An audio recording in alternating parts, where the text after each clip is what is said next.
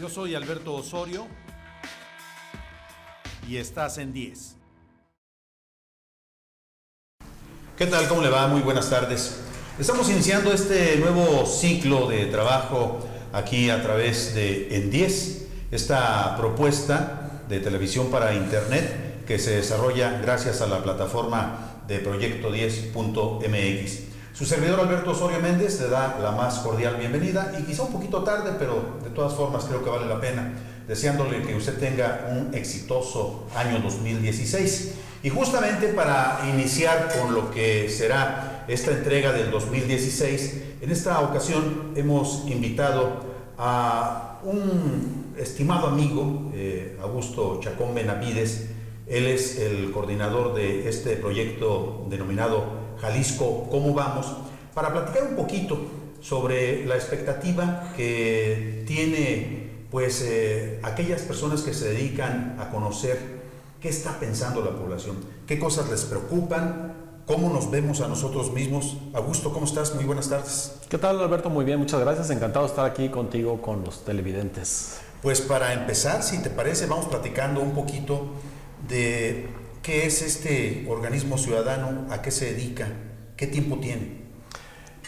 Jalisco, ¿cómo vamos? Justo en diciembre anterior cumplió 5 años.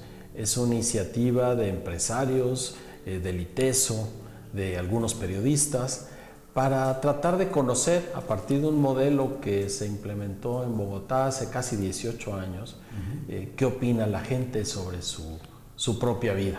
Lo que en algunos términos, en algunos lugares se conoce como bienestar subjetivo, es decir, sin darte mayores elementos, yo evalúo cómo está la calidad de vida y a final de cuentas eso cuenta. Nosotros sostenemos que las investigaciones que hacemos a partir de aplicar una encuesta a los habitantes del área metropolitana de Guadalajara servirán de insumo para quien toma esas decisiones que inciden en la vida de todos.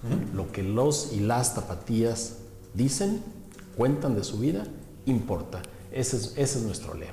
Y me imagino que es información que lo mismo sirve para quienes toman decisión en la conformación de una política pública, para quienes abren un negocio, para un ciudadano común que lo único que quiere saber es cómo se está viendo a sí mismo, ¿no?, el habitante de la zona metropolitana. Sí, el uso que se le puede dar a la información que generamos, que es rigurosa, que tiene fondo científico, que no solo es que levantemos una encuesta y demos los resultados. Uno de los grandes méritos que tiene Jalisco ¿Cómo vamos? Es que detrás de cada uno de los temas en los que sostenemos se descompone la calidad de vida, gobierno, educación, seguridad, desarrollo urbano, espacio público, medios de comunicación, etcétera, movilidad, 16 temas. Detrás de cada uno de esos temas hay un grupo de expertos que nos sirven para darnos lo que ellos conocen sobre el tema y contrastado con lo que la gente opina. Por ejemplo,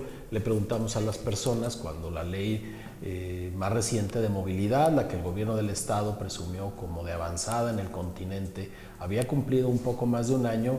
Oiga, le preguntamos a los vecinos y vecinas, ¿usted ya sintió alguna mejora en el transporte público? 70% nos dijo que no habían visto ninguna mejora. Es decir, la ley puede ser muy buena, se puede estar anunciando como un gran logro de gobierno, pero a final de cuentas lo que nosotros propugnamos, y me parece que es la modalidad hacia la que la democracia debe caminar, es a que los beneficios los vea la gente, no solo los pregone el gobernante. Así en este caso tenemos una muy buena ley que no se ha traducido en una mejor percepción de la calidad del transporte público. Eso es lo que hacemos. Ahora, muy interesante saber en dónde están aquellos temas que preocupan a la población. Me imagino que han de ser muchos y variados, igual que han de ser múltiples aquellos en los que la población se siente a gusto habitando en la zona metropolitana de Guadalajara. Hoy por la mañana me tocaba observar algunas de las propuestas de compromisos que hizo Jorge Aristóteles Sandoval justo a su llegada a la gubernatura del estado. Más de 60. Algunas de ellas, si lo analizamos así muy rápida y fríamente, lo primero que se concluye es que no se ha cumplido con el rigor con el que se establecía ese compromiso. Por ejemplo, el hecho de garantizar gratuidad en la educación o el hecho de no tener rechazados en la Universidad de Guadalajara. Y si comparamos este tipo de propuestas con algunas cosas que se conocen por parte de quienes se dedican a hacer encuestas, yo recuerdo que algunas de las principales preocupaciones tienen que ver con seguridad y con empleo. Pero ¿qué es lo que dicen sus propios números, sus propios datos, Augusto? Bueno, podemos comenzar por el lado positivo que puede tener la gente respecto a su vida en la ciudad. Le preguntamos, ¿qué necesita usted para tener una buena vida? Y el resultado es mayoritario. Todo el mundo nos dice trabajo. No nos dicen, quiero que me regalen una casa o que me den un coche o que mis hijos no paguen la universidad. Yo necesito trabajo. Economía, dinero, salud aparece de manera preponderante, se acerca seguridad, también la gente está pidiendo seguridad para poder decir que tiene una buena vida. Cuando le preguntamos cuáles son los problemas más graves que enfrenta, sí, la seguridad aparece, el desempleo aparece, pero cuando revisamos más puntualmente nuestra base de datos, resulta que una de las preocupaciones constantes del grueso de la población, y consideremos que nosotros levantamos la encuesta entre mayores de edad en 6 de los municipios que componen el área metropolitana de Guadalajara. Una preocupación mayoritaria es quedarse sin comer, que en algún momento se queden sin comer o que alguien de la familia se quede sin comer. 30%, un poco más de 30% de los habitantes del área metropolitana de Guadalajara dicen que el dinero que tienen les alcanza justo, por supuesto no pueden ahorrar. Pero eso es en el límite. Pero eso es muy dramático, ¿no? O sea, que un sector de la población esté preocupada por saber si consigue o no la comida hacia el día siguiente, como que yo no recuerdo si esto lo habrán visto mis padres, mis abuelos. Estamos hablando en pleno siglo XXI. Exacto, cuando deberíamos al menos eso tenerlo superado, pues no es así. Hay gente y una parte importante de la población que sufre eso. Ya no hablemos de la calidad de los alimentos. Si lo que estamos consumiendo sirve para nutrirnos mejor, para rendir mejor en el trabajo, para tener mayores frutos en la escuela. Es decir, esa es una de las preocupaciones. Por supuesto, el transporte público es otra de las preocupaciones. 6 de cada 10 tapatíos y tapatías se trasladan en transporte público, van a hacer sus cosas en transporte público y la calidad no es buena. Se quejan de la seguridad en el transporte público, se quejan del trato del chofer y de que las rutas no siempre les dan el servicio hacia donde ellos quieren. Y el caso es que también nuestro estudio demuestra que nos pasamos en general, independientemente del medio de transporte que empleemos, 2 horas y 1/3 de nuestro día yendo de un lugar a otro. Es decir, eso se lo quitamos a la calidad de vida, eso se lo quitamos al tejido social, que parte de la buena relación familiar, se lo escatimamos a los hijos, que no los acompañamos en su proceso educativo. Ahí hay un asunto de calidad que atender. Y si hablamos de las personas en el Salto, a las personas del Salto les toma 1 hora más. El resto de los municipios, Guadalajara, Tlajomulco, Tlaquepaque, Zapopan, Tonalá es 2 horas 1/3. En el Salto es 3 horas y 1/3, es decir, 1 hora más y a veces más para ir de un lado a otro. Eso incide, por supuesto, en la calidad de vida. Ahora, es interesante citar el caso de El Salto porque, bien lo mencionas, está dentro de lo que es la mancha urbana de Guadalajara. Es un municipio que se supone fue visto como factor de desarrollo empresarial en décadas pasadas y que hoy se le están concentrando una serie de problemas marca diablo. La principal contaminación está entre Juanacatlán y El Salto, claro, en donde se reportan decenas de problemas de personas afectadas por cáncer, ¿no? Derivado quizá de alguna sustancia que arrastra ahí el río Santiago. Pero El Salto también visto en este momento como el municipio menos transparente en toda la zona metropolitana de Guadalajara. ¿Qué dicen estos números, estas encuestas que ustedes hacen, los pobladores sobre sus gobernantes? ¿Cómo los ven? En El Salto es donde más bajo los califican. Si preguntamos y lo hacemos, ¿cuál es el problema más grave que percibe en su colonia? El problema que triunfa en todos los municipios del área metropolitana es la venta y consumo de drogas y alcohol. 7 de cada 10 dicen que ese es el problema más grave. En El Salto es 8 de cada 10, es decir, 8 de cada 10 personas dicen aquí tenemos ese problema más grave, que se convierte en inseguridad, en pleitos callejeros, que también lo reportan constantemente, y por supuesto en el abandono del espacio público. Todo el mundo se retrae hacia sus casas, abandonando el espacio público para quien esté ahí. También nuestro estudio revela que El Salto es el municipio que más se queja de los servicios públicos, el más pobre, por supuesto, donde la gente evidencia más pobreza, y El Salto viene bien para hablar de este tema que ahora está de gran moda para hablar de economía y sociedad, que es la desigualdad. ¿Sí? El Salto tiene industrias transnacionales muy importantes que generan una buena parte de la exportación que ahora presume Jalisco. Sin embargo, esa riqueza de esas empresas no tiene nada que ver con la pobreza en la que vive la población. ¿Sí? La desigualdad es tremenda. Por más que estén asentadas grandes empresas en su territorio, no se traduce en un bienestar para las personas, ni en espacios públicos, ni en mejor transporte, alumbrado, etc. Porque eso también tiene que ver con el génesis, con la forma como se plantea la necesidad de constituir un nuevo municipio. Recuerdo que por ahí algunas personas ligadas al asunto de la historia del estado de Jalisco me decían que El Salto no existía todavía hace unas cuantas décadas y que fue un asunto propiamente de capricho en la distribución de las alcaldías hacia el interior del Partido Revolucionario Institucional, que por ahí alguien se molestó, los textileros, porque no había alcanzado su líder una alcaldía. Y dijo, no se preocupen, para la próxima tenemos un nuevo municipio y se va a llamar El Salto, a un lado de Juanacatlán.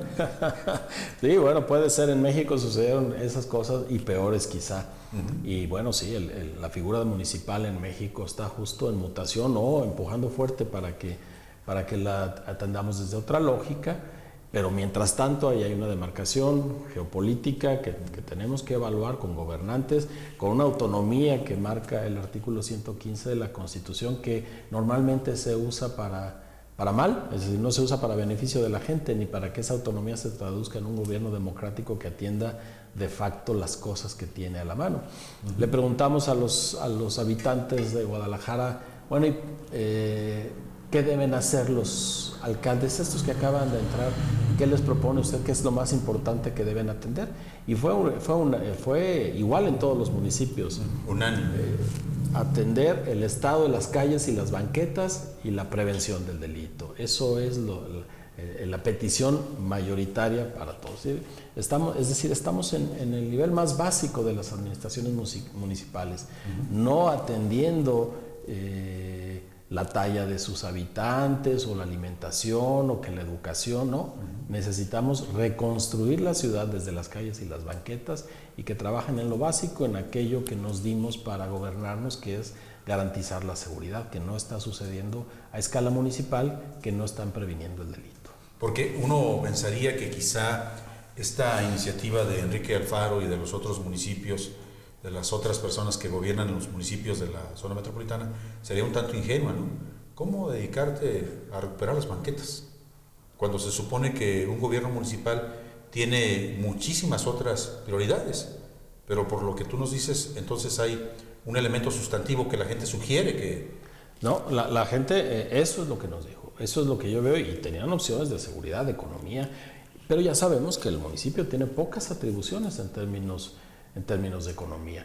Ahora pensemos en el municipio y por extensión en el área metropolitana de Guadalajara como un cuerpo. Si no tenemos calles, si no tenemos banquetas, es muy difícilmente funcionaremos como sociedad. Si ir de nuestra casa a la tienda o a la escuela nos cuesta trabajo para un adulto mayor y para un niño, ir sorteando obstáculos por la banqueta complica la relación con otras personas. El viejo gesto tapatío de sacar un equipal y sentarse en las tardes a matar la tarde platicando en la banqueta es imposible. Ya no tenemos banquetas en las que quepa un equipal, ya no digamos dos o las personas interactuando ahí.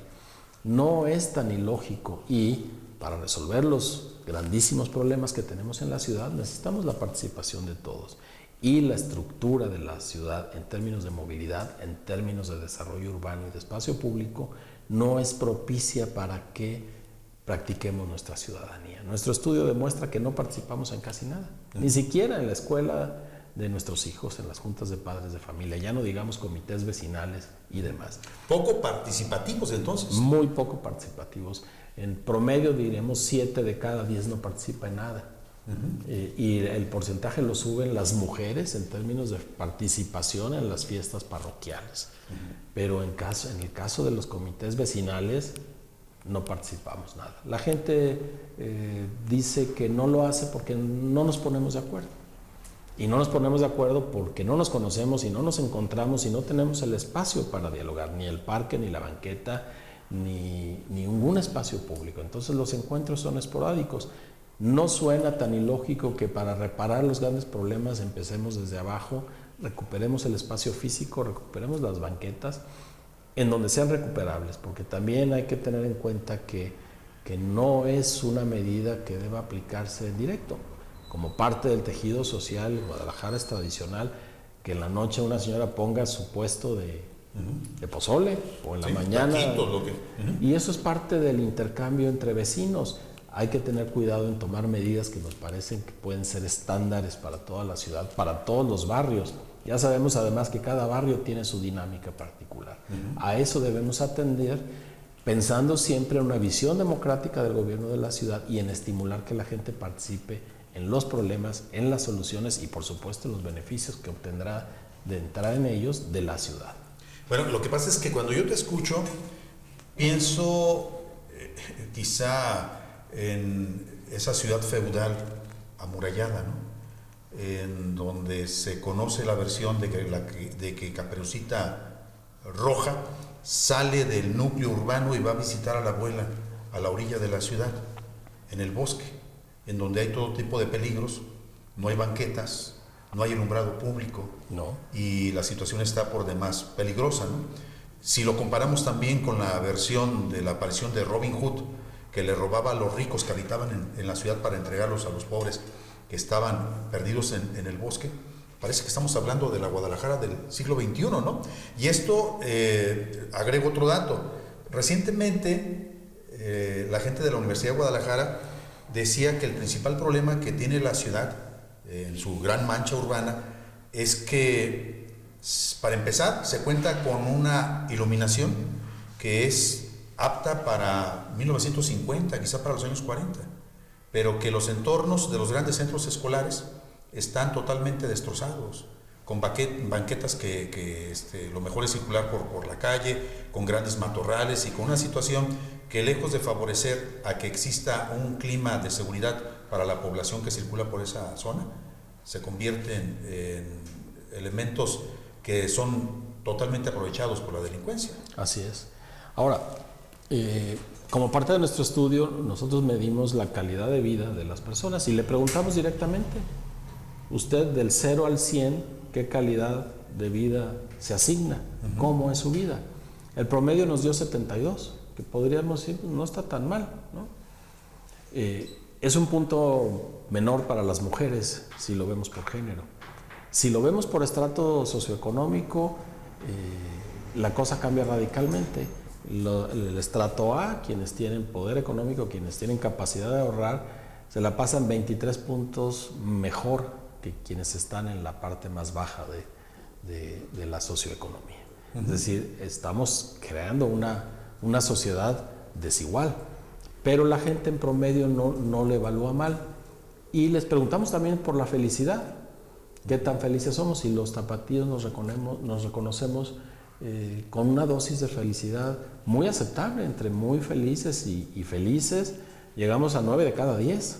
¿Ah, sí? Sí, que es una de las primeras críticas que durante mucho tiempo nos hicieron. A ver, por un lado nos dicen que estamos pobres y por otro lado nos dicen que estamos felices. Bueno, cuando entras a la revisión puntual de los datos, bueno, los pobres no están tan felices como los ricos. Sí hay una dosis que pega ahí, pero hago el comentario porque es una base para partir a reconstruir la ciudad. Es decir, la gente se provee su felicidad. Y entonces piensas un poco y dices, bueno, pues sí, Cuando alguien que tiene dificultades económicas abraza a su hijo y le da un beso, no está siendo pobre. Cuando se toma una cerveza con sus amigos o con sus amigas, no está siendo pobre. Es decir, la ciudad tiene esa masa de personas dispuestas a ir a más si los incentivos y las condiciones son ideales. No, ni siquiera ideales, mejores, con que sean mejores. ¿Cuáles son esas condiciones? Bueno, pues el estado de la ciudad, que se ilumine de noche, que sea segura de día, que se pueda caminar. ¿Y cuáles son los incentivos? Bueno, intervenir en el gobierno de las cosas que nos atañen. Porque, bueno, con todo esto que tú me dices, recientemente yo escuché una conversación afuera de una tienda que lo comentaba justamente en el programa de radio para internet, que me sorprendió muchísimo, ¿no? Un grupo de trabajadores afuera de una tienda, reflexionando sobre cómo alcanzar la felicidad.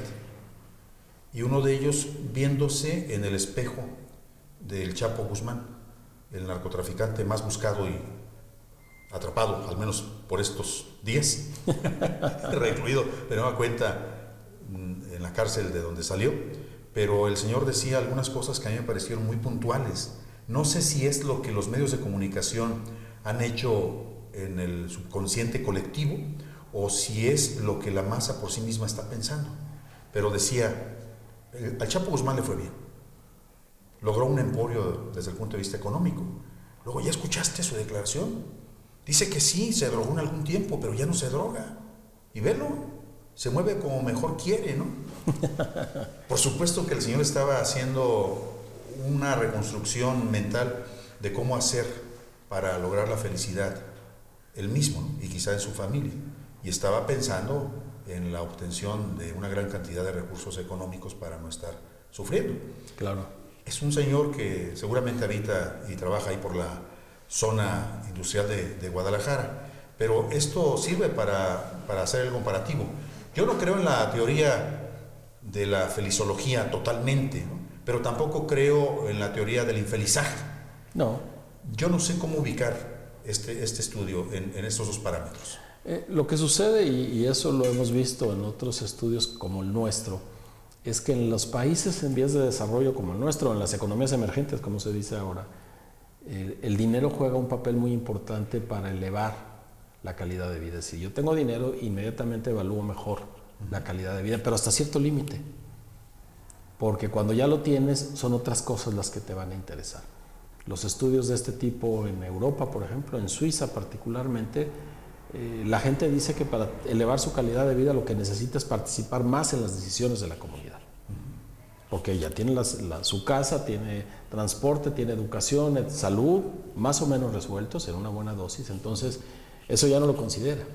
Aquí sí, una inyección de dinero extra le viene bien a la gente y evalúa mejor su calidad de vida, pero no va a ser el meollo del asunto. Es decir, nunca lo es. ¿Qué está sucediendo en nuestro colectivo social cuando un grupo de personas pretenden justificar la posibilidad de su existencia gracias a una figura como el Chapo, que finalmente, visto de manera fría y a partir de lo que dice la ley, vive fuera de la legalidad, es un criminal y no se sabe cuántas personas han fallecido gracias al cártel que le encabeza? Que ese es el otro apartado y el que quizá no quisieron discutir estos trabajadores a los que te hago mención. No, y ni siquiera en los medios de comunicación se discute tanto. El mismo Sean Penn no lo tiene en la mira. No solo las personas que han muerto por el comercio de este señor, sino las personas que en condiciones de esclavitud producen para que él pueda ser millonario. Pero a final de cuentas estamos en una sociedad que tiene muchos años vendiéndonos la idea de que para ser mejor hay que tener. Y no solo no tener cualquier cosa, hay que tener ciertos coches, inclusive hay que tener cierto color de piel, vestirse de cierta manera, ciertas casas, y todo lo que nos han puesto machaconamente, desde los comerciales hasta los contenidos de muchos programas en los medios masivos de difusión, son cosas que pasan por el dinero.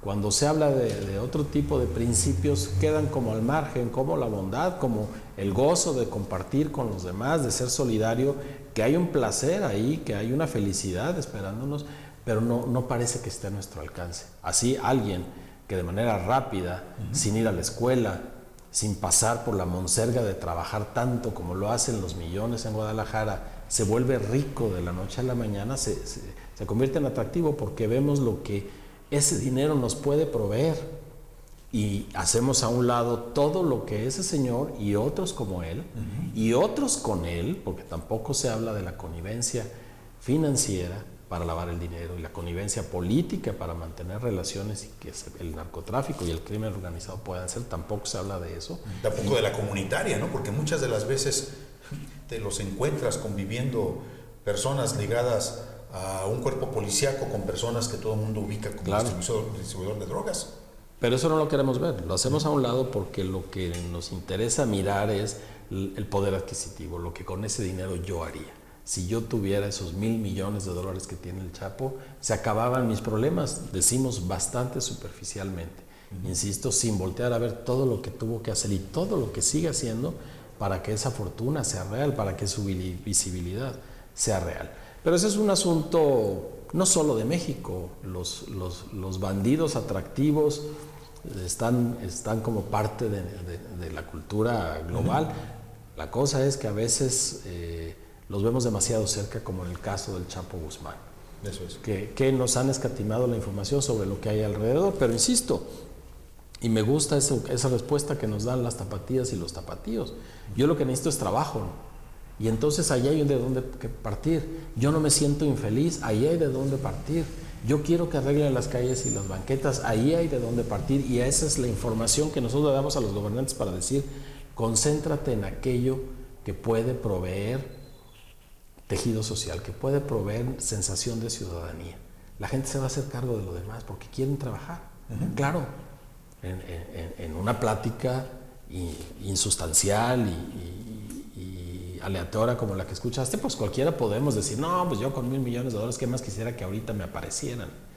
Pero sabemos que no, en el fondo sabemos que hay que trabajar, que hay que hacer cosas para obtener el dinero, no esa cantidad, no cualquiera accede a esa cantidad, o más bien 2 o 3 acceden a esa cantidad. Pero creo que la base social que hay en Guadalajara, y eso lo indica nuestro estudio, es suficientemente sólida para ir a más. Lo que necesitamos son incentivos, lo que necesitamos es aumentar el nivel educativo, incidir en la calidad de nuestra alimentación, en la seguridad que podemos proveer en términos económicos a las personas. Nos quedan unos minutos. Augusto Chacón, ¿cuál es la principal fortaleza que se ubica por parte de los habitantes de la zona metropolitana en este estudio? Yo insistiría en eso, que todavía hay una voluntad por construir comunidad, que a pesar de que las condiciones nos tienen contraídos, a pesar de que la desigualdad es evidente, todavía hay una voluntad por construir en común. 7 de cada 10 nos dijeron, antes de las elecciones de 2015, que la principal actividad política que están dispuestos a ejercer es el voto. Eso nos habla todavía de una dosis de confianza en las instituciones, pero no va a ser eterna. El mensaje para los gobernantes y el mensaje para nosotros mismos es decir, encontremos el modo de construir en común, porque mientras más nos retraigamos puertas adentro, alguien va a medrar con eso. Mientras más nos desentendamos de lo que sucede a escala del gobierno, alguien va a medrar con eso y no necesariamente para nuestro beneficio. En la medida en que pongamos la mira en las cosas que nos atañen y nos comprometamos con los vecinos, para empezar, y con el bien de la comunidad, seguramente esto va a cambiar. De otro modo, va a haber una atomización en donde el que tenga más saliva come más pinole. Yo creo que las fortalezas son esas. La mayoría de nuestros encuestados, entre 30 y 40 años, hombres y mujeres, solo tienen secundaria. Eso es lo que hemos hecho después de miles de millones de pesos de presupuesto en educación, de cientos de páginas en los discursos sobre lo que es la educación, y aún así todavía, siglo XXI, lo decías hace unos instantes, y no hacemos que esa parte gruesa de la población que está en la producción, que está educando hijos, que está trabajando en el gobierno, que está en las empresas, en el campo, tenga más que secundaria. Necesitamos poner ahí un énfasis muy importante, pero ahí está esa voluntad, y reconozcamos que tenemos todavía una ciudad, en el caso de Guadalajara, muy vivible, que todavía si intervenimos podemos rescatar muchísimas cosas, pero no por la ciudad, sino por la calidad de vida de quienes la habitamos. Así es, y bueno, habría que hacer el comparativo con cualquiera de las ciudades de la franja norte de la República Mexicana para darse cuenta de que sí es una virtud poder habitar una ciudad como Guadalajara en una gran cantidad de temas, del que usted quiera, asuntos de seguridad, asuntos de narcotráfico, broncas por la falta de trabajo. Aquí se acomoda uno de alguna manera. Pero bueno, vamos concluyendo. ¿Cuándo se presenta el nuevo estudio de Jalisco Cómo Vamos y qué es lo que va a incluir? Hacia finales de febrero vamos a presentar una nueva publicación y vamos a incluir la tendencia en estos 5 años que hemos trabajado. La mezcla de los estudios, la visión de los y las tapatías, lo que esto configura y algunas propuestas ya de intervención concreta. No solo decir cómo estamos, sino hacia dónde podemos ir. Y esperamos hacia finales de febrero tenerlo listo. Augusto, pues muchas gracias por habernos acompañado este día y te volvemos a buscar. Cuando quieran, encantado de estar aquí, Alberto, un privilegio, muchas gracias. Muchas gracias. También muchas gracias a usted por el favor de su atención. Le recuerdo que usted nos puede escuchar a través de este programa que tenemos en internet, denominado Cuarto de Guerra, que corre en la plataforma de antenanoticias.com.mx, y por lo pronto le agradezco el favor de su atención. Buen día. Yo soy Alberto Osorio y estás en 10.